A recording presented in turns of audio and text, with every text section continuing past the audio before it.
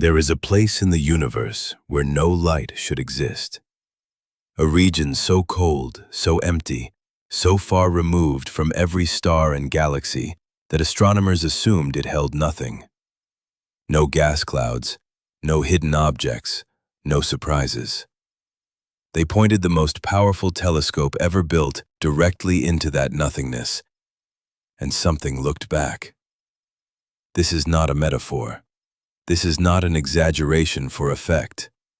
The James Webb Space Telescope stared into one of the darkest, most deliberately empty patches of sky ever selected by astronomers. A patch chosen precisely because it contained nothing. And inside that nothing, Webb found a light that should not have been there. What it found has forced a fundamental rewrite of how we understand the early universe. What ignited it, when the darkness ended, and what was burning in the void before any of this should have been possible. To understand why this discovery matters, you need to go back. Not to the beginning of the universe, but to the period right after it. The universe began approximately 13.8 billion years ago in an event of incomprehensible energy. For the first fraction of a second, the temperature was so extreme that even protons could not hold themselves together. Matter barely existed as a concept. But the universe was expanding rapidly, and as it expanded, it cooled. After about 380,000 years, something quiet and irreversible happened. The temperature dropped far enough that electrons could be captured by protons. Neutral hydrogen atoms formed across the entire observable universe. And the moment that happened, light was free. Photons that had been trapped for hundreds of thousands of years, bouncing off charged particles, unable to travel more than a few meters without being absorbed, suddenly had clear paths. They shot outward in every direction. We can still detect that ancient flash today. It fills the entire sky as a faint microwave glow called the cosmic microwave background. It is the oldest light in existence. But here is what no one tells you immediately. When that light escaped, there was nothing left to make new light. The hydrogen was neutral, cold, stable. Gravity was slowly pulling it into enormous clouds, but nothing had ignited yet. No star had ever burned. No galaxy had ever formed. The universe went completely, totally dark. Astronomers call this the cosmic dark ages, and it lasted for somewhere between 100 and 200 million years. During that entire span, nothing glowed, nothing radiated. If you had floated through space with eyes sensitive to every wavelength of light, you would have seen absolute blackness in every direction. The universe had built a perfect stage, completely empty, completely silent. And then, something changed everything. Deep inside one of those cold, invisible clouds of hydrogen, a collapse was approaching a threshold. Gravity had been pulling gas inward for millions of years. The cloud was growing denser at its core. The pressure was building.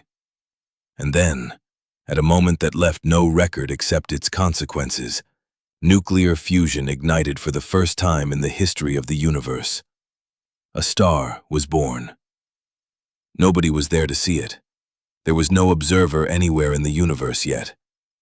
But the darkness ended in one tiny point. And that single fire set off a chain reaction that would eventually, billions of years later, lead to telescopes and scientists and a species asking how it all began. These first stars were unlike anything that burns today. Astronomers call them population 3 stars. They formed from gas that contained nothing but hydrogen and helium. No carbon, no oxygen, no iron, no chemistry of any kind. They were pure and ferocious and enormous. Current models suggest population 3 stars may have been anywhere from tens to hundreds of times more massive than our sun. They burned fast and hot and died violently, detonating as supernovae that seeded the surrounding gas with the first heavy elements the universe had ever contained. But they were not enough on their own. The universe needed something larger, something that could gather thousands of these fires together and punch a hole through the hydrogen fog that still surrounded everything. It needed the first galaxies. And the question, the one that Webb was built to answer, was exactly when and exactly how bright those first galaxies were. The answer turned out to be far more extreme than anyone had predicted. The James Webb Space Telescope launched on Christmas Day 2021. It was the most expensive scientific instrument ever built, the result of over 3 decades of engineering and delays and revisions and arguments. Its primary mirror spans 6.5 meters across, made of 18 hexagonal gold-coated beryllium segments. It operates primarily in infrared, light invisible to human eyes, because the universe's most distant objects have had their light stretched by cosmic expansion into wavelengths far beyond what any visible light telescope can detect. Webb orbits at a point called L2, 1.5 million kilometers from Earth, permanently shielded from sunlight by a 5-layer sun shield the size of a tennis court. Everything about its design was optimized for one purpose: to see the universe's first light. To peer back through 13 billion years of cosmic time and find the objects that ended the Dark Ages. Scientists had predictions, good ones, built from decades of computer simulations and indirect measurements. They expected to find small, faint, irregular galaxies in the early universe, things that were dim and fragile and sparse. What Webb actually found was something entirely different. The field is called JADES, the James Webb Advanced Deep Extragalactic Survey. To take it, astronomers pointed Webb at a patch of sky that had been observed before by the Hubble Space Telescope, a region known as the Goods South Field. Hubble had looked there for hundreds of hours over years and found thousands of distant galaxies. Scientists knew it was a productive patch, but Webb's infrared sensitivity was so far beyond Hubble's that what Hubble had seen was essentially a blurry preview. Webb stared at this field for hundreds of hours across multiple observing programs. The images that came back were not what the models predicted. There were galaxies everywhere, not faint, barely detectable smears. Bright, structured, clearly defined objects at distances so extreme that their light had been traveling since the universe was a fraction of its current age. There were roughly 100 times more bright early galaxies than any simulation had forecasted. Not a small discrepancy, not a rounding error, a factor of 100. For every bright early galaxy the models said should be there, Webb found 100. This single finding was enough to reopen fundamental questions about how galaxies form, how fast they form, and what drives the process in the universe's earliest chapters. But the numbers were just the beginning. Because buried inside the JADES data was something specific, something that required individual analysis, a single object, designated JADES-GS-Z14-0, later referred to informally as MOM-Z14. It appeared as a tiny smear of light in the infrared data. Nothing dramatic visually, but the spectral analysis, the breakdown of exactly which wavelengths of light it was emitting, told a story that stopped astronomers cold. The redshift measurement placed this galaxy at a distance corresponding to 280 million years after the Big Bang. That is 280 million years into a universe that has been running for 13.8 billion years. It means its light has been traveling for 13.52 billion years before arriving at Webb's mirror. At the time of writing, It holds the record for the most distant confirmed galaxy ever observed by humanity. And the record is not close. Previous confirmed distance records had placed objects at approximately 300 to 400 million years after the Big Bang. MOM-Z14 pushes that frontier back by at least 20 million years, a span of cosmic time equivalent to the entire current age of our solar system. But the distance alone was not the shocking part. The shocking part was the galaxy's size and brightness. At 280 million years after the Big Bang, the universe should not have had time to build a galaxy this large. The standard model of cosmic structure formation is built on decades of observation, simulation, and mathematical refinement. It predicts how dark matter halos grow, how gas falls into them, how stars form, how long the process takes. According to that model, a galaxy at this distance should be small, dim, containing perhaps a few hundred million solar masses at most. MOM-Z14 is estimated to contain several hundred million solar masses, which, depending on the analysis, may already exceed what models say should be possible at that epoch.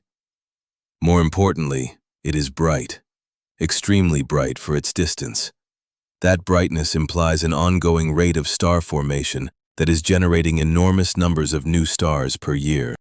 At 280 million years after the Big Bang, this galaxy is already working at a pace that should not begin for hundreds of millions of years more. The question astronomers were forced to ask was not just, how did this get here? The question was, what happened in the darkness before this?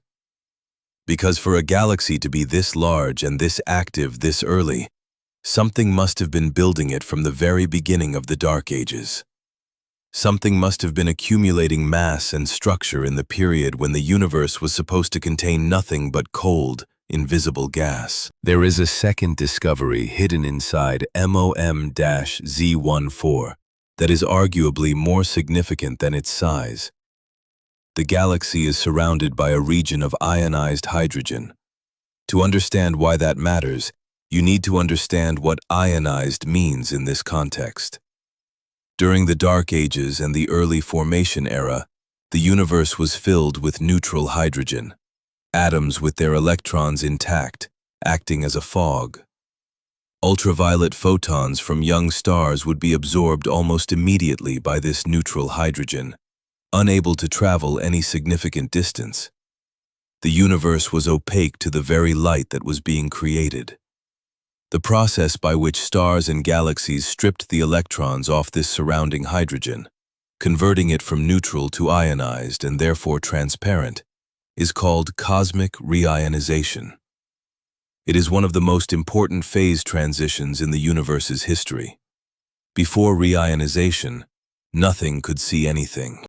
After it, the universe became transparent and has remained so ever since. Prior to Webb, the accepted timeline placed the majority of reionization occurring between about 600 million and 1 billion years after the Big Bang. MOM-Z14 is confirmed at 280 million years after the Big Bang, and it is already surrounded by a bubble of ionized gas, a pocket of transparency carved out by its own ultraviolet output, at a time when almost the entire universe should still have been wrapped in the neutral hydrogen fog. This single galaxy was punching holes in the cosmic fog 300 million years before the main event of reionization was supposed to begin. The confirmation of MOM-Z14's distance came from spectroscopy, the breakdown of its light into individual wavelengths. Webb's NIR SPEC instrument captured the galaxy's full spectral signature, and what it showed was unmistakable. There is a feature called the Lyman break, a sharp cutoff in a galaxy's light caused by neutral hydrogen absorbing every photon below a specific wavelength. Because the universe is expanding and light is stretched as it travels, this cutoff is shifted toward longer wavelengths for more distant objects. The further away the galaxy, the more the break shifts toward the infrared. For MOM-Z14, the break was shifted so far into the infrared that it placed the galaxy at a redshift of approximately 14.2, corresponding exactly to 280 million years after the Big Bang. This was not a photometric estimate based on color alone, which can be unreliable. This was a direct spectroscopic confirmation. The distance was certain. And that certainty made everything else about the galaxy. Its brightness, its size, its ionized surroundings, a confirmed observational fact rather than a tentative interpretation. Something very large and very active existed 280 million years after the Big Bang. The question of what it means for our models of the early universe was immediately and unavoidably opened. To understand the problem this creates, you need to understand how the standard model says galaxies are supposed to form. Dark matter, the invisible, non-interacting substance that makes up roughly 27% of the universe's total energy content, clumps under its own gravity. After the Big Bang, dark matter began pulling itself into structures called halos. These halos formed first because dark matter interacts only through gravity and does not resist compression the way ordinary gas does. The halos grew over time, merging, accumulating mass, deepening their gravitational wells. Normal matter, hydrogen and helium gas, fell into these halos. As the gas compressed at the halo's center, it eventually triggered star formation. This process, from the initial dark matter overdensity to a star-forming galaxy, takes time. The halo must grow large enough to hold substantial gas. The gas must cool and condense. The density must reach the threshold for nuclear fusion. Models built from these principles predict how large a galaxy can be at any given moment in cosmic history. And at 280 million years after the Big Bang, those models say there simply has not been enough time to build what MOM-Z14 represents. One proposed solution is that the first stars and galaxies were more efficient at converting gas into stars than anything that exists in the modern universe. If early galaxies converted nearly all of their available gas into stars with almost no waste, they could have grown faster than the models predict. Another proposal is that the dark matter halos themselves grew faster than standard cosmology allows, which would require modifications to the fundamental physics of dark matter. Neither explanation is settled. Both have significant implications. The spectral analysis of MOM-Z14 revealed something even more unexpected, buried in the chemical composition of its light. The ratio of nitrogen to carbon in the galaxy is unusually high. This ratio is a fingerprint of stellar history. Carbon is produced abundantly in stars of moderate mass. Nitrogen is produced in a specific way, primarily through a process that happens in more evolved stellar populations, stars that have gone through at least one complete stellar life cycle. A high nitrogen-to-carbon ratio implies that the stars doing the emitting inside MOM-Z14 are not the first generation. They are a second generation, or third, formed from gas that was already enriched by previous rounds of stellar death. At 280 million years after the Big Bang, this galaxy has already lived through multiple generations of stellar evolution. Stars were born, burned through their fuel, exploded, scattered heavy elements back into the gas, and that gas collapsed again into new stars, multiple times. In the first 280 million years of cosmic history, this is not what anyone expected. The implication is that the first stellar generation in this galaxy ignited not at 280 million years, but significantly earlier. Perhaps at 200 million years. Perhaps earlier still, which pushes the beginning of galaxy-level star formation deep into what was previously considered the heart of the Dark Ages. The darkness was not simply dark. Something was building inside it far earlier than models predicted. Here is where the story takes a turn that connects the ancient and the immediate in a way that is almost difficult to process.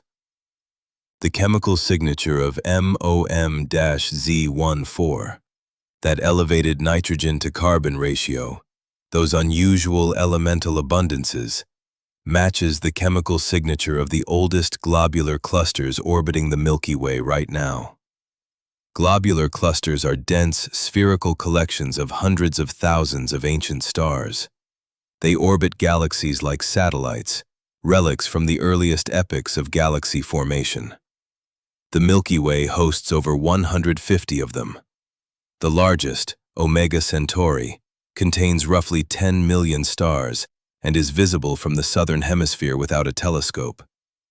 The stars inside Omega Centauri and the other ancient globular clusters formed over 13 billion years ago. Their chemical abundances have been measured in detail, and the match with MOM-Z14 is not vague. It is specific, precise. The kind of match that suggests not just a coincidence, but a direct evolutionary connection. The interpretation that astronomers are now seriously considering is this: MOM-Z14, or objects very similar to it, are the direct progenitors of the oldest globular clusters in the Milky Way. This galaxy, glowing at the edge of the observable universe at 280 million years after the Big Bang, was not a dead end. It merged with other structures over billions of years. Its stars were captured and redistributed through tidal interactions, and some of those original stars, born in conditions that no longer exist anywhere in the modern universe, ended up in the halo of whatever galaxy eventually became part of the Milky Way. Stars born inside MOM-Z14 may be orbiting our galaxy right now, close enough to see tonight. The technical achievement required to obtain this data deserves a moment of focus, because the scale of what Webb did to find this object is not obvious. The galaxy MOM-Z14 has an angular size of less than 1/10 of an arcsecond in the sky. 1 arcsecond is 1/3600th of a degree. This object is so small and so faint that it required hundreds of hours of cumulative exposure time across multiple observing programs to detect with enough signal to perform spectroscopy.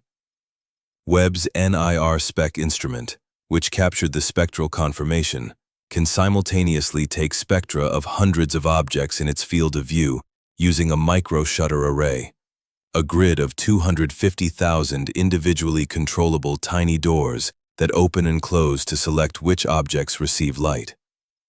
For MOM-Z14, the signal was faint enough that even Webb needed its full sensitivity pushed to its limits.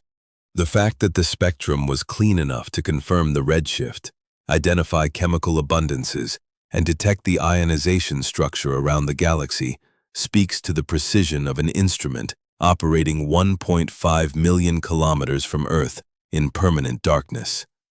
And the fact that even at this sensitivity, there are 100 times more bright early galaxies than predicted suggests that with longer exposures or future instruments, the population of early universe objects we are currently seeing is still only the bright tip of a much larger iceberg. The discovery of MOM-Z14 and the broader JWST galaxy counts have forced a significant revision to the cosmic timeline.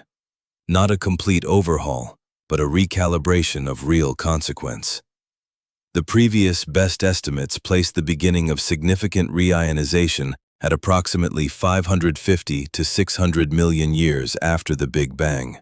The confirmation of an ionized bubble around MOM-Z14 at 280 million years pushes that onset back by at least 270 million years.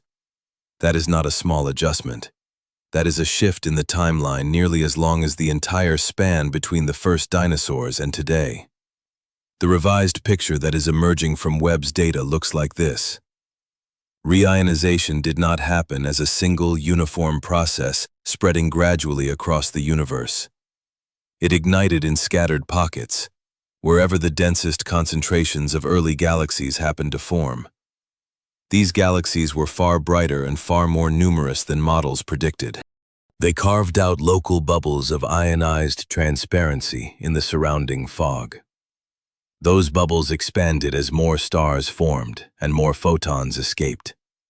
Eventually, after hundreds of millions of years, the bubbles met and merged. The fog cleared in patches rather than all at once.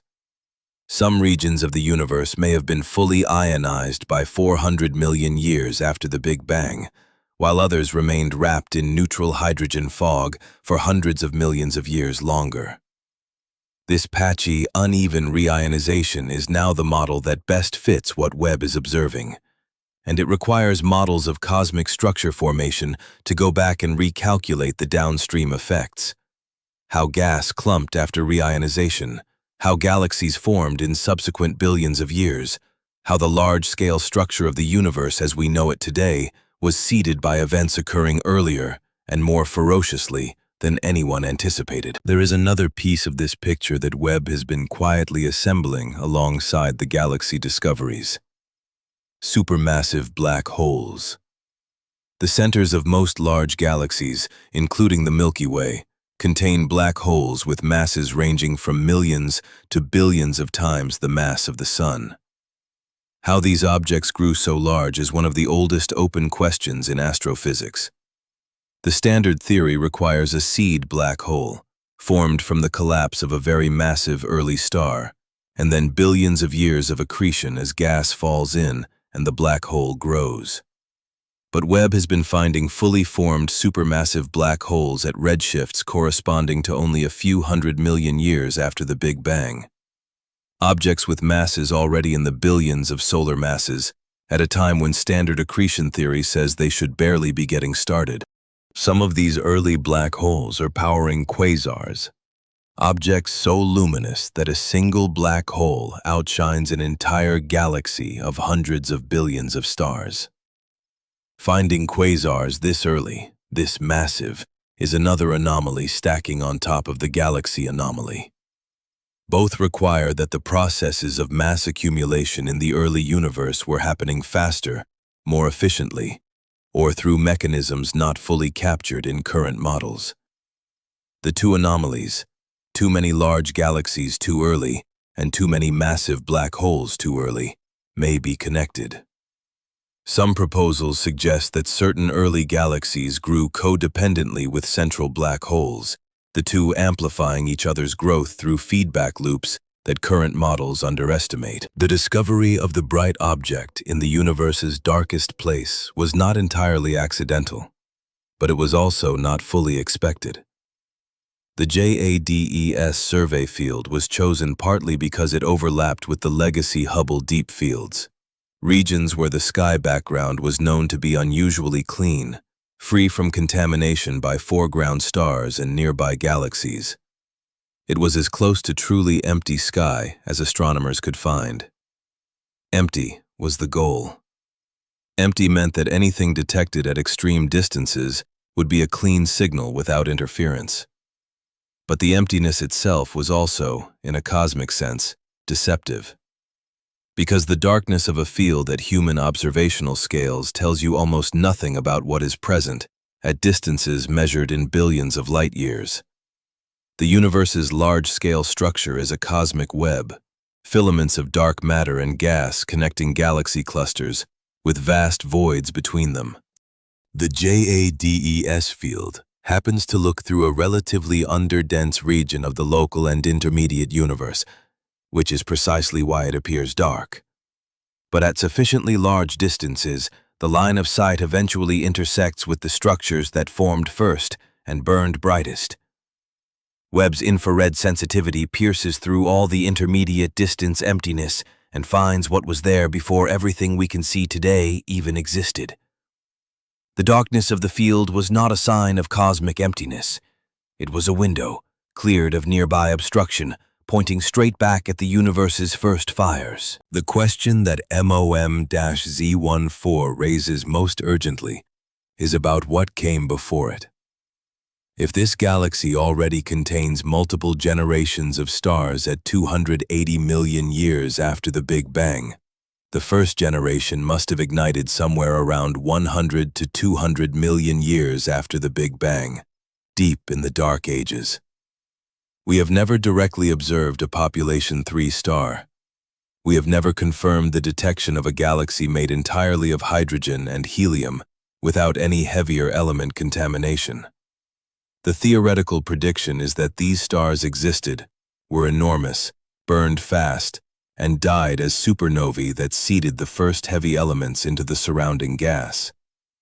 Every chemical fingerprint we can measure indirectly, in ancient stars, in the composition of metal-poor galaxies, in the abundance patterns of globular clusters, is consistent with population 3 stars having existed.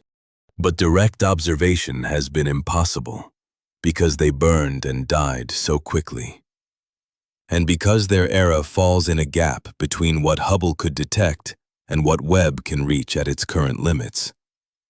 Webb is now looking at the generation after the first generation.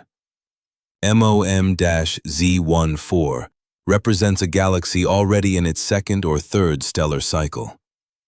What Webb is searching for now, at even higher redshifts, at even longer exposure times, is the galaxy that preceded it. The first generation, the one that formed from pure hydrogen gas with no prior chemistry. If it exists and can be detected, it will be the observational confirmation of an era that physicists have modeled for decades without ever seeing directly.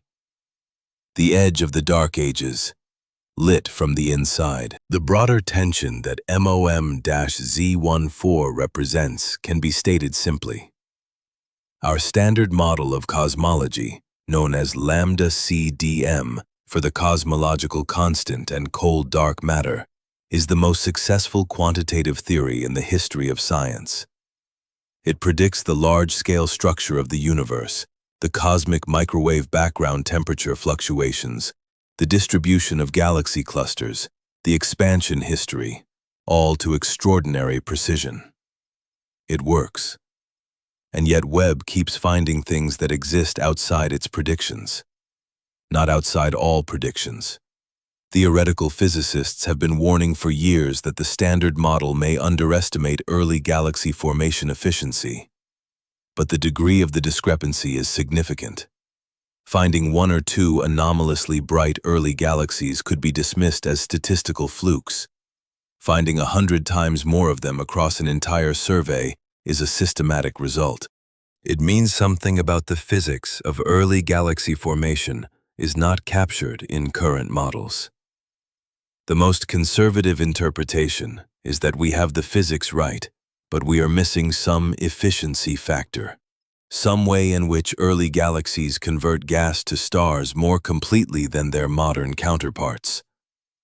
More radical interpretations include modifications to the nature of dark matter, the possibility of an early component of dark energy, or non-standard initial conditions from the inflationary era. None of these require abandoning the standard model entirely. All of them require adding something to it. And adding something to a model that works this well is never done lightly. What comes next is a function of time and strategy. Webb is currently in a phase of deep, systematic survey work. Programs like JWST, CEERS, Primer, and Cosmos-Webb are collectively accumulating hundreds of hours of exposure time across multiple deep fields, building statistical samples of early galaxies large enough to constrain models with confidence rather than suggestive hints. The spectroscopic follow-up, converting photometric detections into confirmed distance measurements, is the bottleneck. There are more candidate high redshift galaxies in Webb's data than can currently be followed up with full spectroscopy. The queue of objects waiting for NIR spec confirmation extends years into the mission. Among them are candidates at redshifts potentially exceeding 16, which would correspond to objects existing within the first 250 million years after the Big Bang, possibly even earlier. Whether any of these will hold up under spectroscopic scrutiny is uncertain. MOM-Z14. Itself had several precursor photometric candidates that were later refined downward after spectral analysis. The confirmed record may move again, and if it does, if Webb finds a confirmed galaxy at 250 million years or 200 million years after the Big Bang, still exhibiting the chemical signatures of multiple stellar generations, the timeline of the Dark Ages ending will compress further. The fires in the darkness started earlier than we thought. The first light came sooner. And the story of how a cold, dark, hydrogen-filled void became a universe of stars and planets and chemistry and eventually observers, that story is being rewritten in real time. Here is what all of this means when you step back from the data and the models and the technical language. The universe began in total darkness. Not metaphorical darkness, physical, absolute darkness. No photon traveling anywhere, no warmth, no structure visible to any instrument, just cold gas and gravity and the slow, patient mathematics of collapse. Somewhere inside that darkness, between 100 and 200 million years after the beginning, the first fire ignited. The first nuclear fusion reaction in the history of existence. And from that single point, in an infinite dark void, the chain began. Stars formed.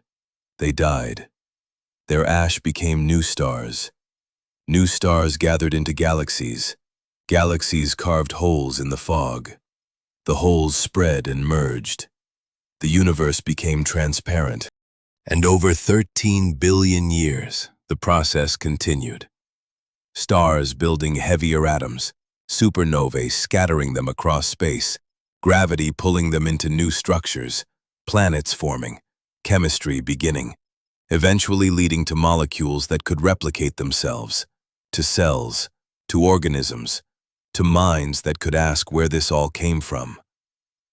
The light that Webb detected from MOM-Z14, that faint infrared smear in a field chosen for its emptiness, left its source 13.52 billion years ago. At that moment, there were no planets. There was no chemistry. There was no biology anywhere in the universe. Just a galaxy burning fiercely in the dark, unobserved, unaware, 280 million years into existence. That light traveled across the entire history of the universe, through the clearing fog, past the formation of the first quasars, past cosmic noon when galaxies were at their most productive, past the formation of the Milky Way, past the birth of our sun, past the formation of Earth, past the entire span of life on this planet, and arrived at a golden mirror floating in deep space, built by a species that did not exist until less than 1% of that journey had elapsed. The darkness was not a failure. It was a foundation. Everything that exists, including the eyes reading this, the minds processing it, the curiosity driving the question, emerged from what built itself in the silence before the first star lit the void. We are the universe looking back at itself, and what it found, in the place where nothing was supposed to be, was the beginning of its own story.